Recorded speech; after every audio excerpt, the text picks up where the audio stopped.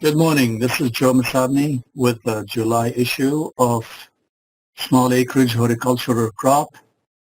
Today topic is cottage food industry presented by Julie Prouse from the Department of Nutrition and Food Science. We're glad she's here. This is a good topic both for commercial growers and from the point of view of homeowners who will become more knowledgeable on what kind of questions or what to expect when they see the cottage food industry at farmers market or other places. And with that, I'll turn over the mic to Julie.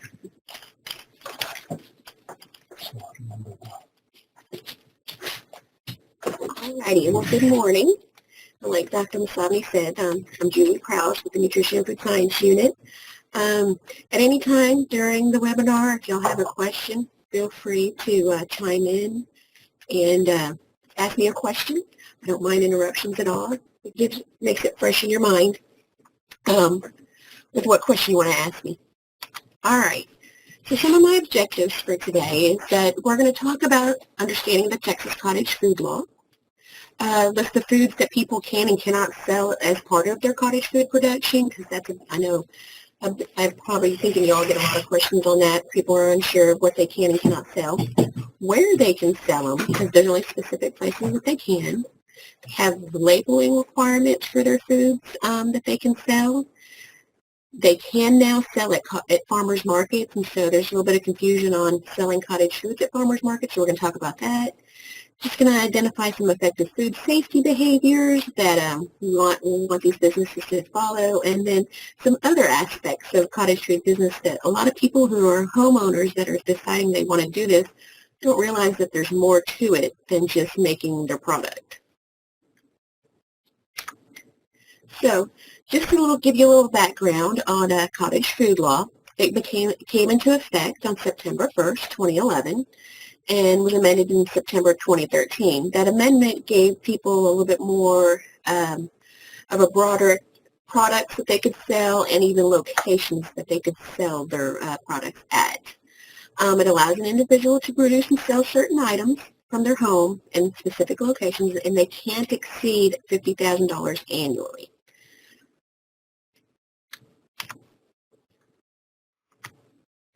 So they aren't regulated by the local or state health department. Some of them get really confused about that. They think they're going to come and get inspected. They're not. They don't require any type of a permit or a license. And I put an asterisk by that because if they start selling at some other locations, they might have a little bit more issues on things they might need. Farmers markets might require some kind of cottage food training in order to go and sell at their particular farmer's market, but that's per farmer's market. It's not a general rule per se. Like I was saying, they are not inspected by a health department. There is an exception.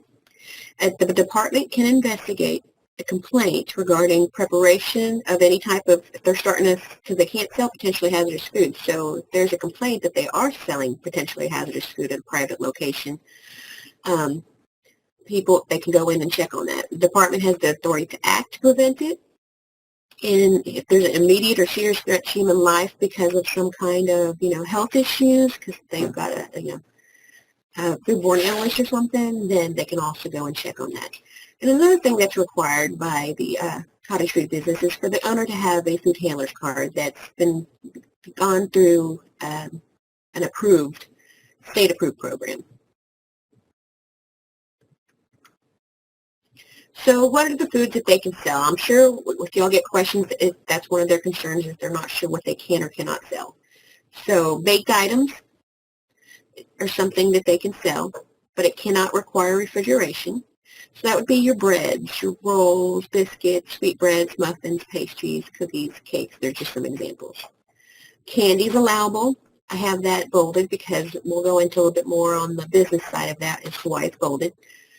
Coated and uncoated nuts, unroasted nut butters, fruit butters, but only certain ones, be the ones that are more high in acid and you'll get questions on that because they'll start arguing with you about what's a high acid fruit or vegetable. Vegetables aren't allowed, but then they'll argue with you about what is a vegetable, what is a fruit. Canned jams and jellies, fruit pies, dehydrated fruits and vegetables, including your dried beans. When we're talking about dehydrated, they can't be sun-dried. Popcorn and popcorn snacks, cereal like granola, your dry mixes, which can include, coffee, lemonade type stuff, your dry mix dips and everything. Vinegar, pickles, that's the big confusion too. They're only allowed cucumber pickles, not cucumbered vegetables, but just cucumbers. Not pickled, but just pickled cucumbers. Mustard, roasted coffee or tea, and then your dry herbs and herb mixes. So why can't I sell other foods? The law is very specific, and that's what the state, if we ask them questions, tell us. It's very specific as what is allowable and what products fall under certain categories. So they have those categories, and either that product has to fall under that category or definition and still not be potentially hazardous. And so definition of a baked good, according to the state at DSHS, is a food item prepared by baking the item in the oven. So that can include cookies, cakes, breads, danishes, donuts, pies, and other items that are prepared by baking. So I know that some cookies, you have the no-bake cookies. So if they're no-bake cookies and you didn't bake them in the oven, they would not be allowed even though they're under the cookie category. Same thing with some of your pies and donuts. If you fry your pies and not bake them, then they wouldn't be allowable because they have to be baked. So definition of a pickle. Pickles are made from cucumbers, preserved in vinegar, brine, or a similar solution, and they need to be shelf-stable.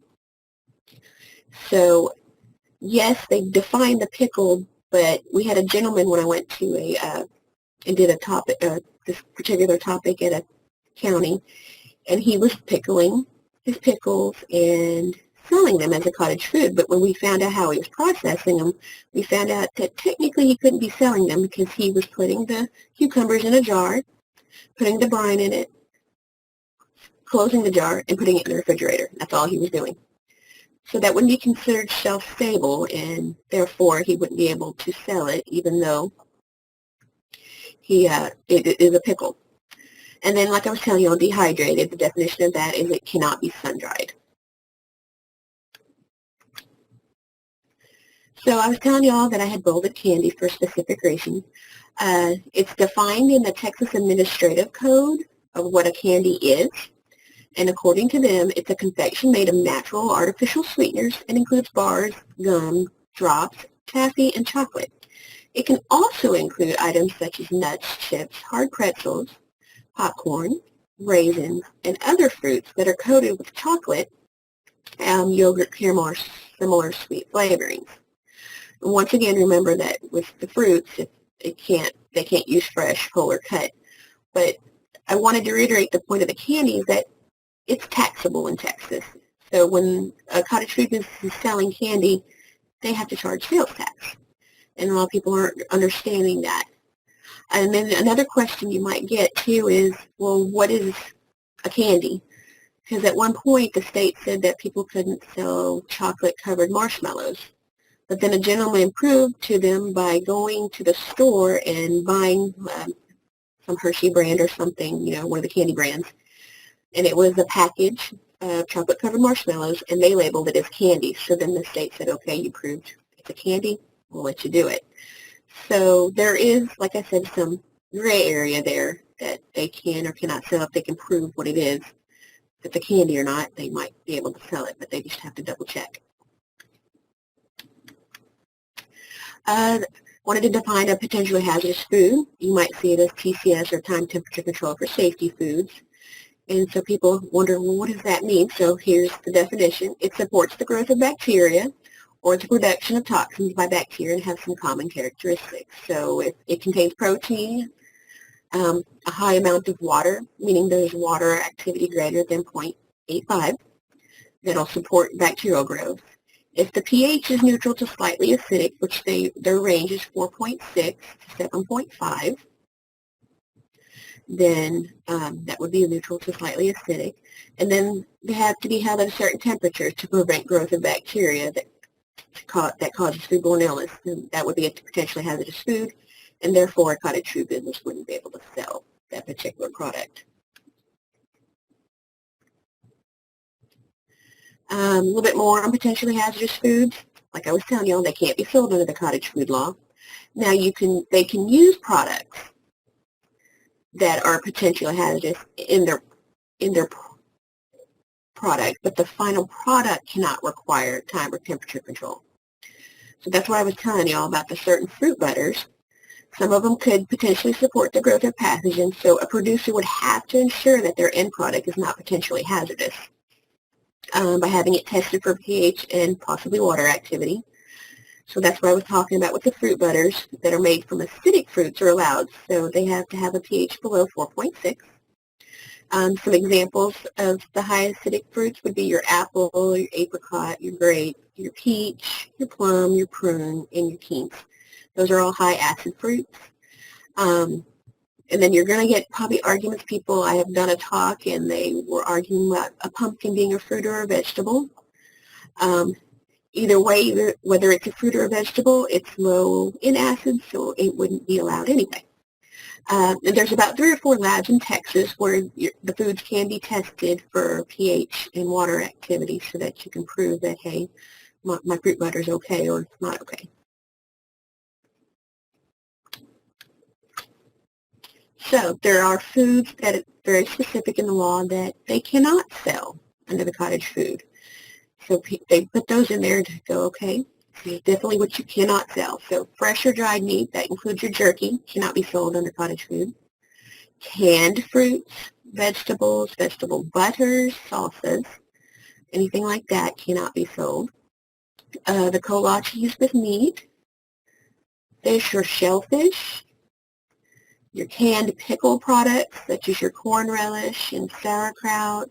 That includes like your chow-chows and type stuff. That's not allowed. Remember we were saying only pickles.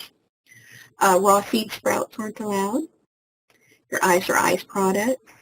Dried pasta, no matter how you make it. At first, the state said, well, because it has egg in it, and then you're not sure if you're completely drying the pasta. But then they said, no, it doesn't matter if you use egg or not. Dried pasta is not allowed. Your sauerkraut, your relishes, your salsas, a sorghum, and I don't have honey on here, but that is actually included in it, and there's a slide that I'll talk about as to why honey and sorghum aren't allowed.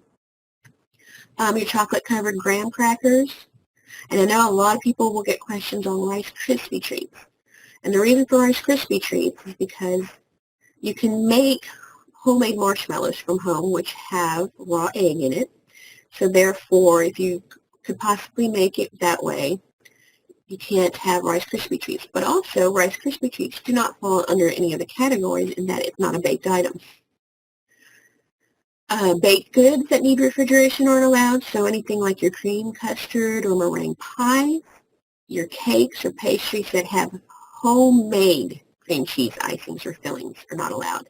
But if you buy and it's a commercially processed cream cheese or buttercream icing, then it's allowed because the manufacturer has deemed that it's not potentially hazardous. Some more foods that are not allowed under the cottage food law, your milk and dairy products. That includes your hard, soft, and cottage cheeses and yogurts. Cut fresh fruits and vegetables, including your fresh fruits dipped that are or coated in chocolate or similar confections, so your chocolate-covered strawberries are not allowed.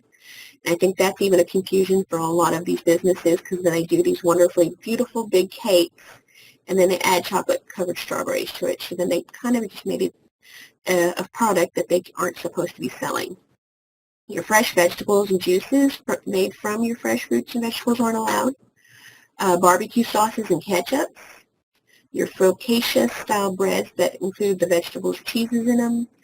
And then the lemonade, juices, hot chocolate, or similar beverages that are in liquid form are not allowed. You can sell the dry form, but the liquid form is not allowed to be sold by a cottage food business. A few more, foods that are not allowed. You have a lot of people make tamales. Those aren't allowed by a cottage food business. Your casseroles. And I'm reiterating these because I've actually seen them on cottage food sites advertising that they sell these things. Pizza dough and sauce, spaghetti sauce. Some people are actually selling barbecue plates from home, smoked products, syrup. Any type of pickled product, like your pig's feet, pickled okra, green beans, beets, turnips, pickled eggs, any of those types wouldn't be allowed. Even your canned meats, or that you put in a jar, are not allowed to be sold under a cottage food business. Any food that you're making for pets, which I think is becoming a big thing, is not allowed to be sold under cottage food. That one is actually going to fall under the state chemist's office, so that's why I have this internet web address that y'all can refer people to if they have a question on making pet food for pets. They would actually have to talk to the office of the state chemist. Like I was telling y'all, there was a couple of things that we didn't really go over that aren't allowed and they're not allowed because they're regulated items. So your sorghum and honey, those are regulated by a different department in the state, and they have certain food label requirements that go beyond the cottage food business. And so they're not allowed to be sold under cottage food. With the honey that you use in products, you can use honey in your product, in the cottage food products, but they have to be packed by an entity that has a manufacturing license. And the address below is where they can go to get more information on a manufacturing license. So where can cottage foods be sold? Like I was telling y'all initially, when that 2011 one came out, it was strictly from home. But when they amended it in 2013, they said, okay, you can sell it a few more places. So they can deliver it to their customers, like in a meeting location, because some people are not comfortable, people coming and knowing where they live. Farmers markets are now allowed, but then when you're doing cottage food, you still have to remember that you're following the cottage food law, but when you're at the farmers market, you're going to follow their rules and regs as well. Farm stands, a municipal, county, or nonprofit fair, festival, or event. And that's very specific because there are places that have fairs and festivals that are for profit or events. So you technically, a cottage food business cannot sell there. It has to be put on by either the county, city, or it's a nonprofit type fair or festival that's going on. And so that's very specific on that one. Your cottage food products cannot be sold over the internet. They can't be shipped in the mail or be sold wholesale. And the big point that they try to get across to people is you're selling to the end user. That's what they want. They want the person who made the product to sell it to the customer that's getting the product. So it has to be to the end customer. So they can't have their products in a convenience store. They can't have it in a food establishment. It can't be in a grocery store or any of those type places where somebody else, a third party or entity, is selling it for them. They have to sell it to the customer. So then privately organized events or locations are not allowed. So they can't do it at craft fairs or flea markets unless, of course, these type of markets and fairs are sponsored by a nonprofit organization, which a lot of times they probably aren't.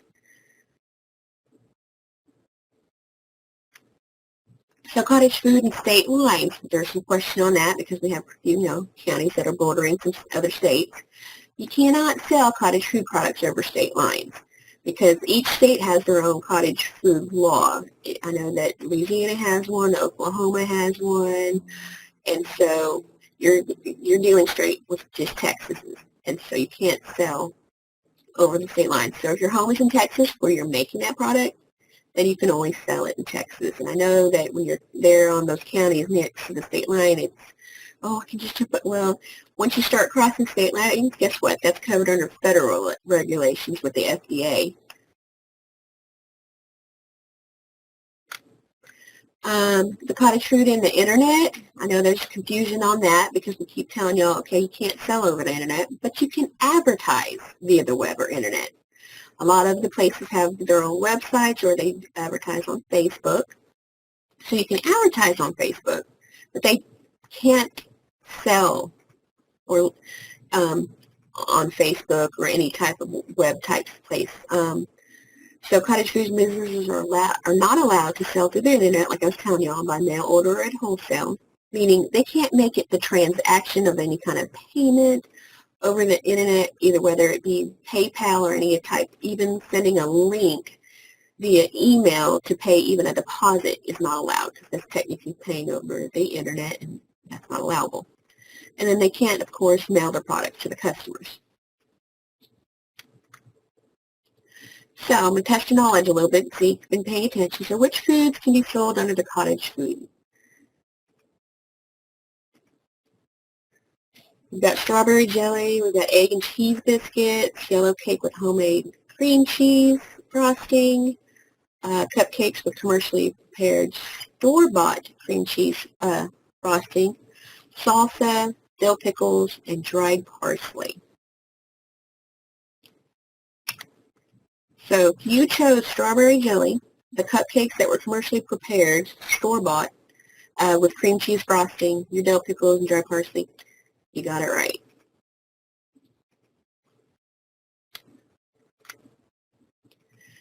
So these are just some pictures that I wanted to kind of see if people, like I said, they're very confused on what's allowable and not allowable. So you've got a a strawberry cheesecake.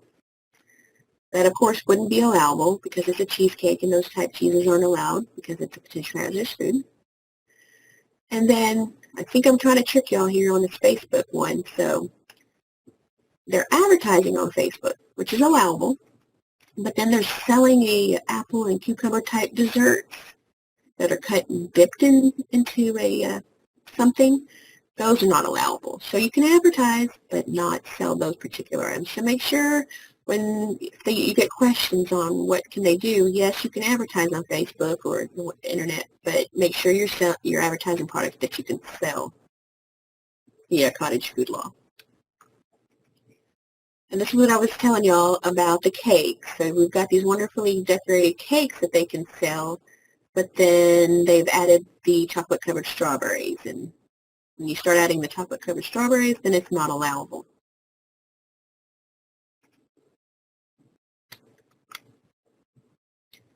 The picture on the left there is a cheese log, and then you've got your jams and your strawberry jam there on the right. So the cheese log would not be allowed, but your strawberry jam would be. The picture on the left there is a salmon log, and then of course sugar cookies on the right. It would be no to the salmon log because it's a potentially hazardous product there when you start doing the fish, but the sugar cookies are allowable.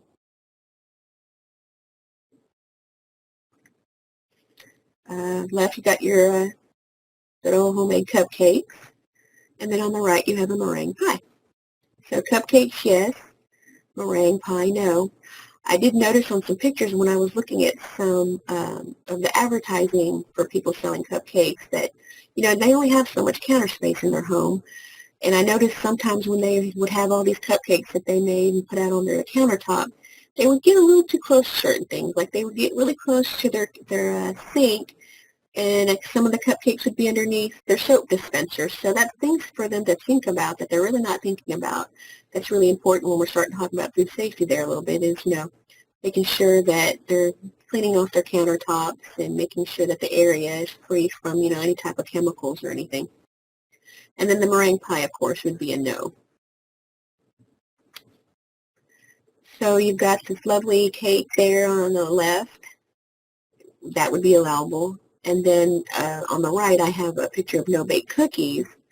And remember earlier, I had said no-bake cookies are not allowable because they're not baked, even though they're called a cookie. And then, of course, I just wanted to reiterate the point of the cream cheese frosting and icing. So on the left, you've got commercially bought one. So that, of course, yes, is allowable. But then your homemade cream cheese icing in that little bowl there on the right is not.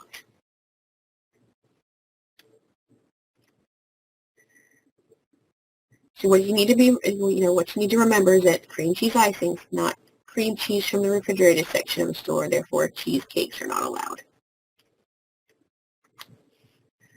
So we had talked about a little bit about advertising and what you can advertise. So is this advertising legal products to sell? They've got jams, they've got fruit and possibly vegetable butters, jellies, pickles, relish, chow, and salsa. So yes, they can sell that jam, and that's legal. The apple butter's okay. Pumpkin butter, more than likely, that wouldn't be considered a fruit under the cottage food law. The chow chow, the relish, and the sauces would not be allowable too. So they're advertising some illegal products there that they cannot sell. So these are some statements that could or may not be right. So they're locally serving the Houston to Galveston area, centered in League City, Clear Lake, and Friendswood. They ship anywhere. If you're advertising that you're shipping anywhere, then you're not following the cottage food law because, remember, they cannot ship their products. A proud legal Texas cottage food operator, but they sell focaccia-type bread with vegetables and cheese. Well, then you're not really selling legally as a cottage food operator. And then I will then send a payment link for the deposit should you decide you would like to place this order. Well, remember, they can't pay via the internet, so that wouldn't be a good statement either. So ingredients produced at their homes, can they use these products in their cottage food products? Yes.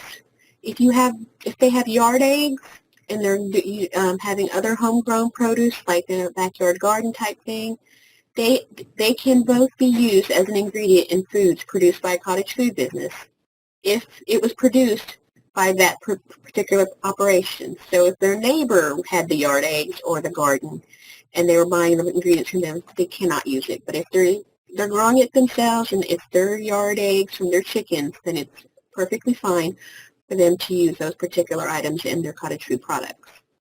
Honey, like I was telling y'all earlier, can be used as an ingredient or a top or drizzle, but it has to be from an approved source, meaning it was packed by an entity that has a manufacturing license. One thing that cannot be used is raw milk. Raw milk cannot be used as an ingredient in cottage food products. And we just try to remind everybody to follow good food safety practices when you're using items or ingredients such as this that you are allowed to use.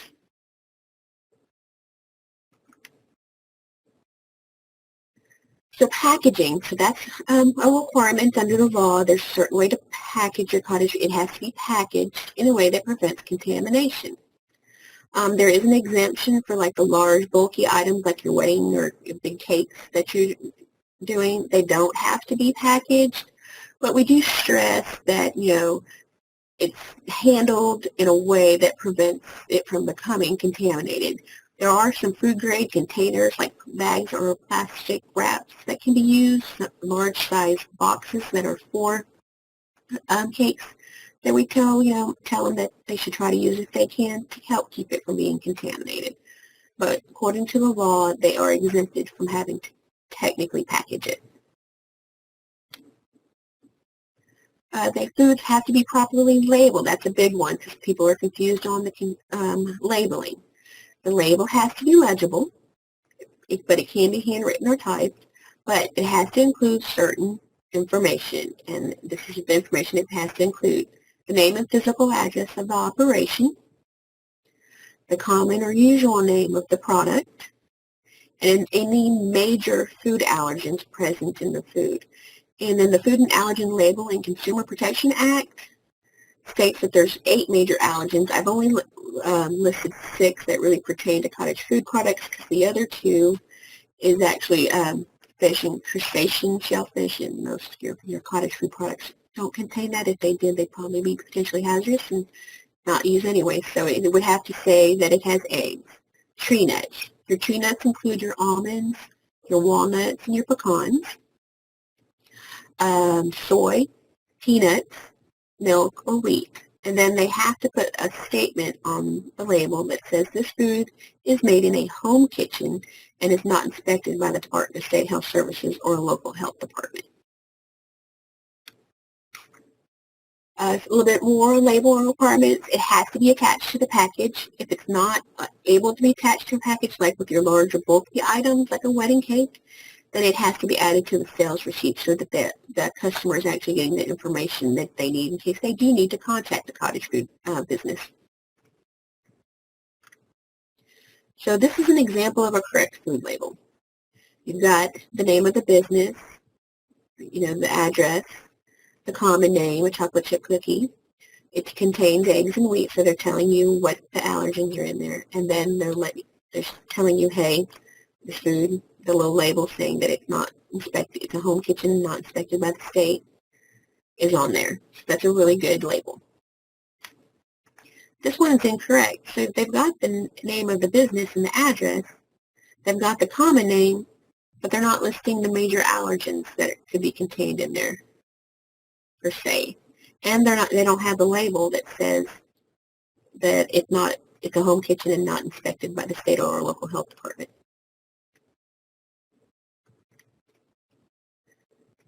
So I'm checking knowledge here, so which label is correct, A or B?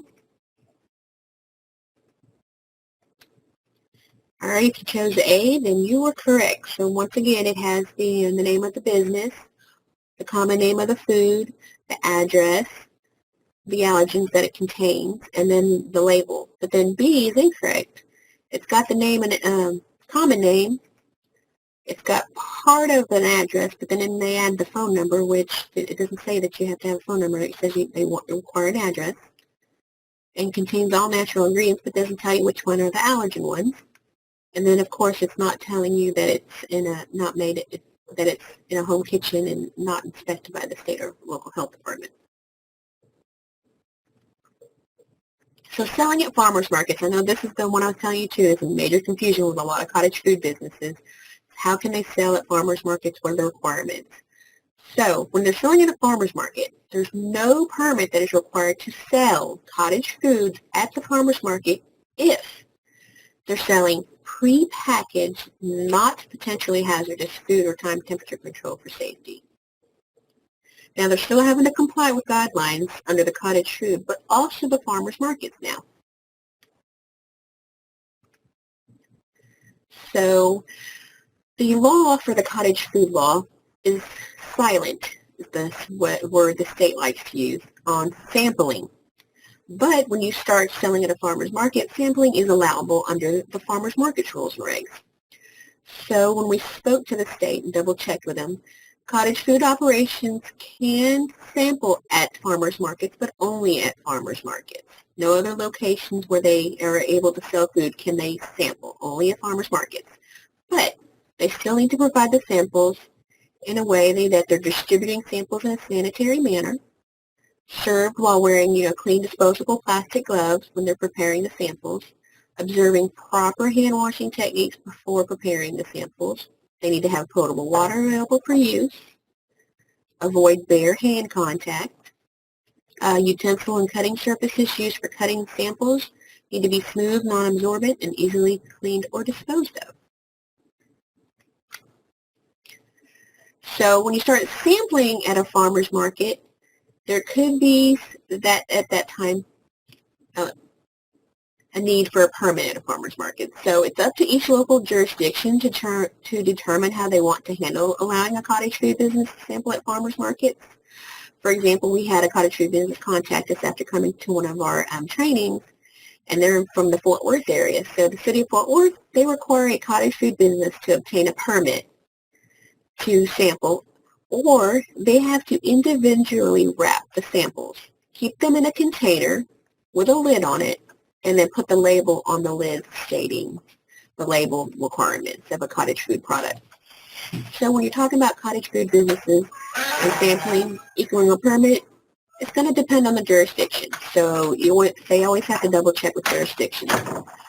And speaking of some farmers markets, some of them do require, like I know the city of Fort Worth actually requires a cottage food business to take some kind of a training like the cottage food law before they even allow them to be a vendor at a farmer's market there.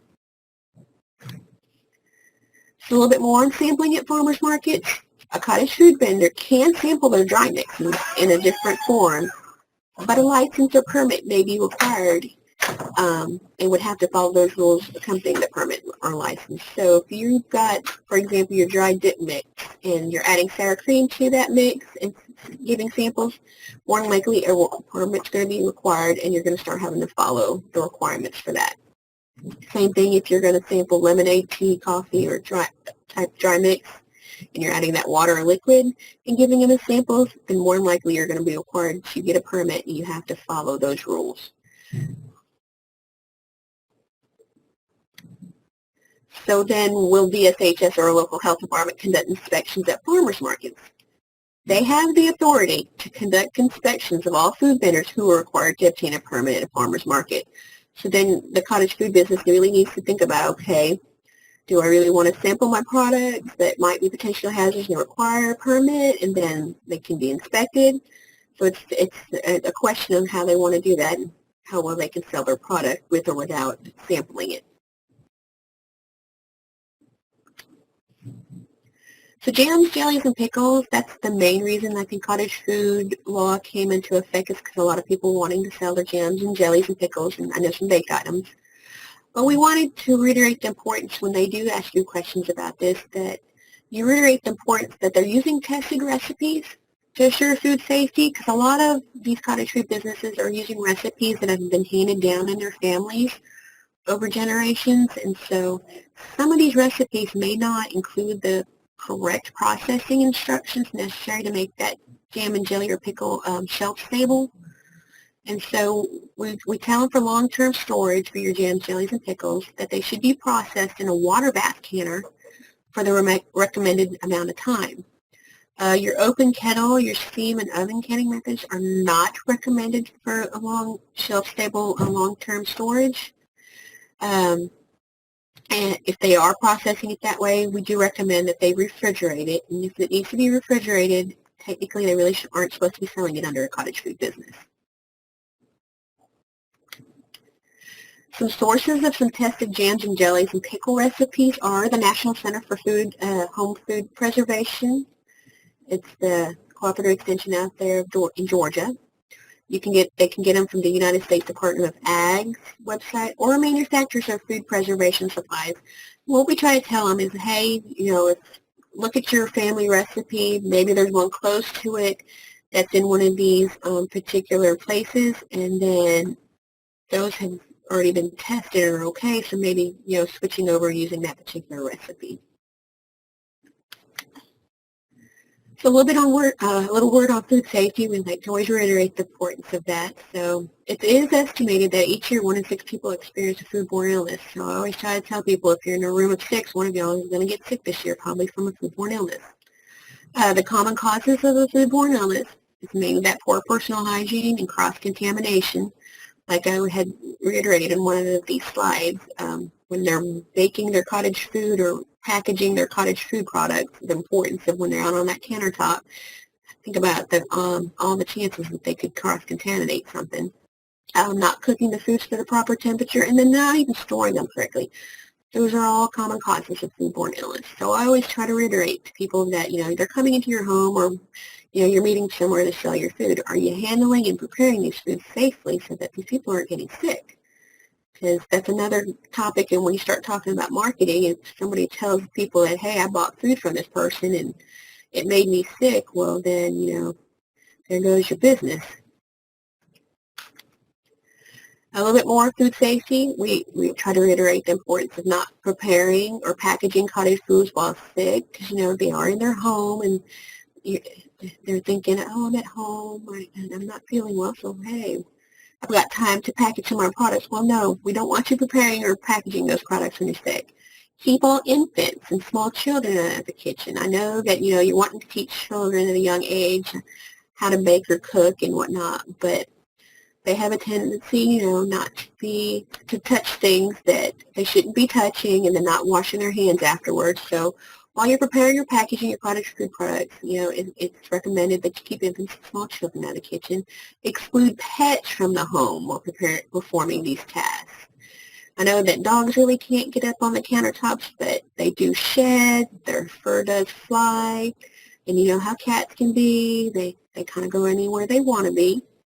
So keeping them out while you're getting these ready would be a recommended thing to do. Purchasing products or ingredients from approved suppliers so that you know where you're getting them from.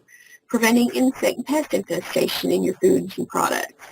Labeling all your chemicals and cleaning supplies out of the original containers and storing them away from your food and clean utensils and appliances so that you're not getting any kind of a cross-contamination onto your products. So a little bit more on some food safety behaviors. Clean hands, clean contact surfaces and equipment and utensils. Clean your fruits and vegetables that are going to be used in your products. Avoid bare hand contact with your ready-to-eat foods. Once your product has been, baked and whatnot, it's a ready-to-eat food. They're not going to do anything else to it to prepare it for food safety. So use some kind of a glove, spatula, tongs, or deli tissue to keep your hands from touching the foods. Chill your perishable foods promptly. So the ingredients that you're using in your cottage food that are potentially hazardous foods, like your milk products and eggs, make sure you're keeping them chilled in your refrigerator, not letting them sit out on your countertop the whole time that you're preparing your products.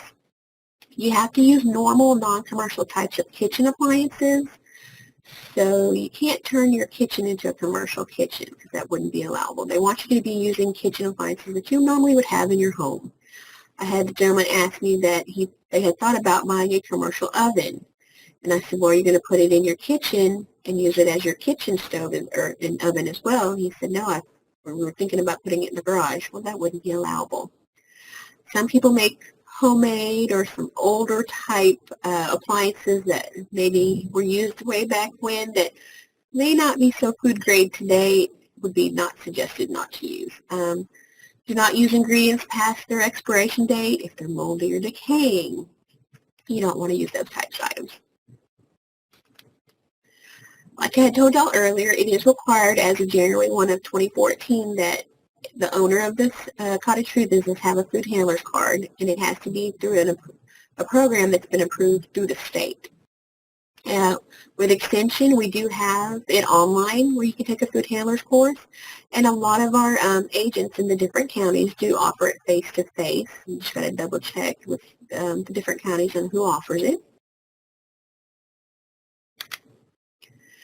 A little bit more that I want to talk about with cottage food doesn't really pertain to the cottage food law, but we were getting a lot of questions and finding out that a lot of people, they're thinking, okay, I'm at home, I'm producing stuff at home, and it is called a business, but they aren't really treating it as such. And so there's some information that you might want to reiterate if people are asking you about a cottage food business. Insurance.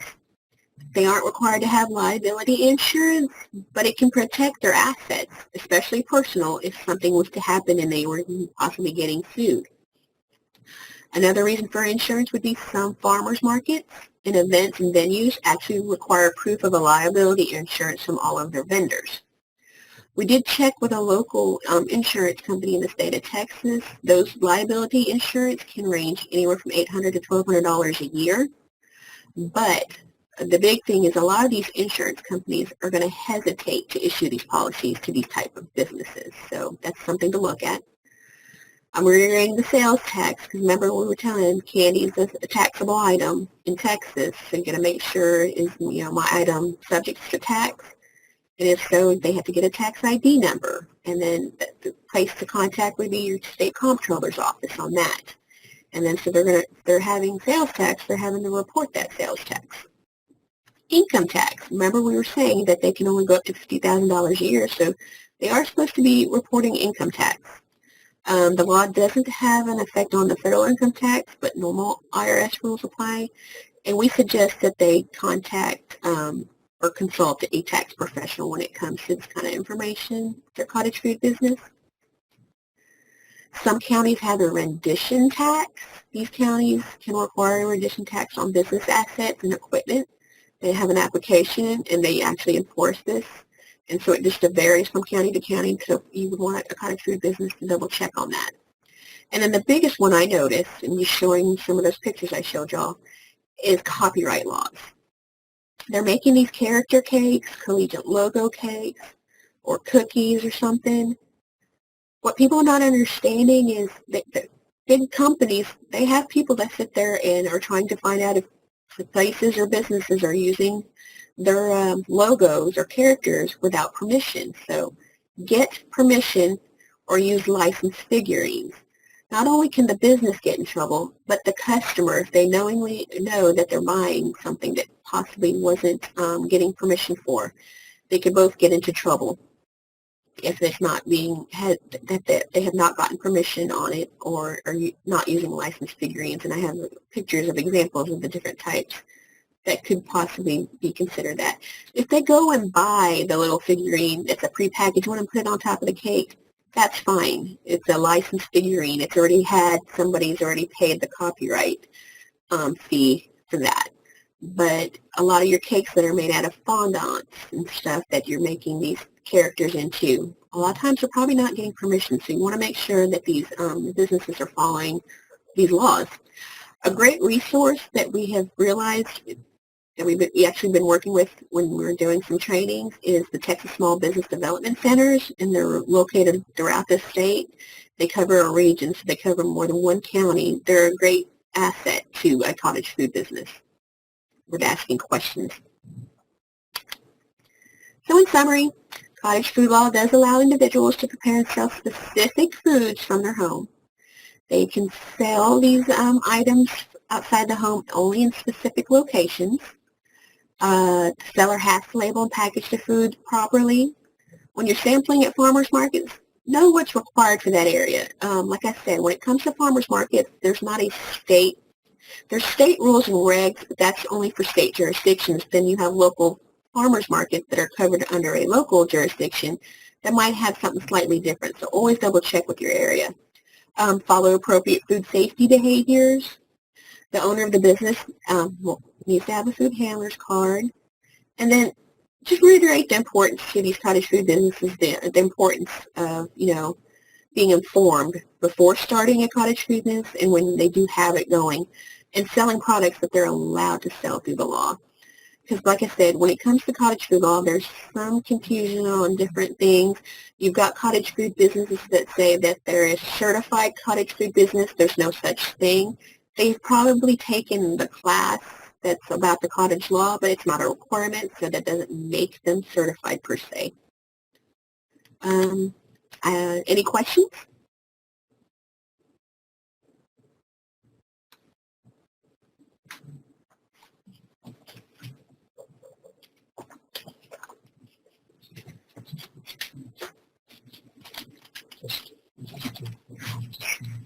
I don't know if I have any questions. I never heard anybody talk.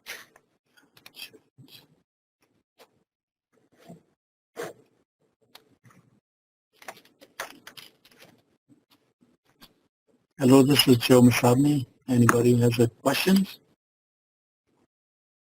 Hi, Joe. This is Jennifer. No questions on our end. Oh, okay. Sorry. Can you repeat? We were switching over to the headset. Oh, no questions on our end. Oh, okay. So can people from across state lines come to your house? Ooh, that's a tricky one. Because I did say you can't go over and sell over the state line, but I don't know if I guess the customer, if he's in Texas and he's buying from you in Texas, that's fine, and they're taking it across. So you didn't sell across the state line per se. So I think that would be okay. What about no known allergens in products? Julie, can you hear us? Yes, I can hear y'all. Can y'all hear me? Yes, ma'am. What if a product that they created in a cottage food business does not have any allergens? How do you address that on the label? Then you could put on there under allergens, no allergens, no products, none of the major allergens, those 8 allergens I was talking about, are contained in there. I would still put something, because if you didn't label it by something, they could think you were omitting it. Okay, that sounds reasonable. Okay, and another question is, the owner of the business has to have the card. Correct. But does, like, say my husband and I go, and I'm the owner of the business, can he still sell this product even though he basically doesn't have the card issued to him? Yes, because when you're preparing the foods, the requirement under the law is that the food person who has the food handlers, which is theirs, considering that to be the owner. If you're being supervised by the owner while making these products, that's fine. And then he is a member of the family, so that's allowable for selling. Because they're trying to keep it, you're out of your home, and they're trying to keep it like, family oriented. So even if I weren't there, he could still sell this product? Yes. Okay. One more question. Can we buy produce from an approved vendor? Can you buy what? Produce from an approved vendor? Yes, you could. Oh, yeah, of course. You can go to the grocery store and approve vendor, any type of person that's, that sort to put in your products. I was reiterating the point was if you have like your homegrown garden produce, you can use that as well. But if your neighbor had a garden and they were giving you or selling you that produce, then technically you can't use that produce. But yeah, if it's an approved source, that's not a problem. Or if you're, growing that particular produce, that's fine. The question was about the pickles. You said the man was putting the cucumbers in the jar and then putting them in the refrigerator. Yes, that was his process. That's how he processed his pickles. We kept asking him. It was in Fayette County. She kept going, so you process it by just putting the brine in the jar, twisting the lid shut and putting it in the refrigerator, and he said yes. So that requires refrigeration. That wouldn't be a shelf-stable product, so then that wouldn't be allowed. So as long as you do that same process, but you process it in a water boiling bath, it's acceptable? Correct. Okay. Because then it's shelf-stable for long-term. Correct. Okay, thank you. Mm-hmm. Okay, we have a question. Okay. You might want to come over here. Yes, in here. 1 second. Okay. I've been to farmers markets where they have parents with tortillas in their home, and they make fillings for burritos, that sort of thing, and then they make them to order at the farmers market. Is that considered food for immediate consumption, or is that not a legal practice? That's not a cottage food. So if they're trying to sell that as a cottage food vendor, then they're being illegal because you can't. If it didn't fall, like tortillas don't fall under a baked item because you don't bake them. And then you were talking about like the fillings for like a burrito and everything, and then you're saying they're making it there to sell that, then you're almost going to retail. I know that some farmers markets can allow people to come and sell foods at their farmers markets, but now you're falling under the farmers markets rules and regs, and then there could be requirements for permits and license on that because you're no longer a cottage food business per se. Okay, thank you. Mm-hmm.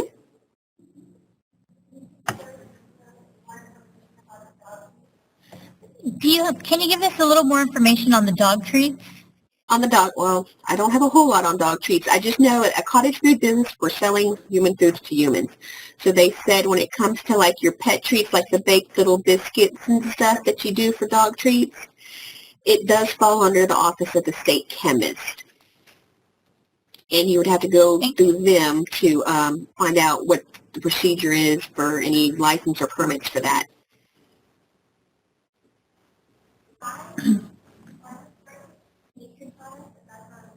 Can you buy items at the farmer's market to use in your products, or is that not allowed? It is allowed. I think we remember asking a question on that. I believe it's allowable. I can double check on that because I don't want to give you all the wrong information. But I thought we had asked that question to the state, and they said that that was okay. Okay. What else? Julie? Yes. I don't want to get off on another topic, but how does this relate to groups that sit outside of restaurants and sell baked goods? Is there any relationship to that? Depends on what kind of group they are. If it's a nonprofit, like, it's a fundraiser for children, then that's falling totally under totally different rules and regs. And so, this is for a cottage food business where people are profiting because they're selling their products. They wouldn't be able to sell in front of a store, like you were saying. It just depends on the type of group that's going there and selling products and why they're selling them, if it's for nonprofits or whatnot. Actually, I had somebody in my food protection management class ask that question, and he was wondering if the restaurant was liable for anything that happened outside the restaurant. ooh, when we start talking about liability and stuff like that, that's more of a law question, and I'm not 100% sure who would be liable on that if they were. Okay, yeah, that was a deep one.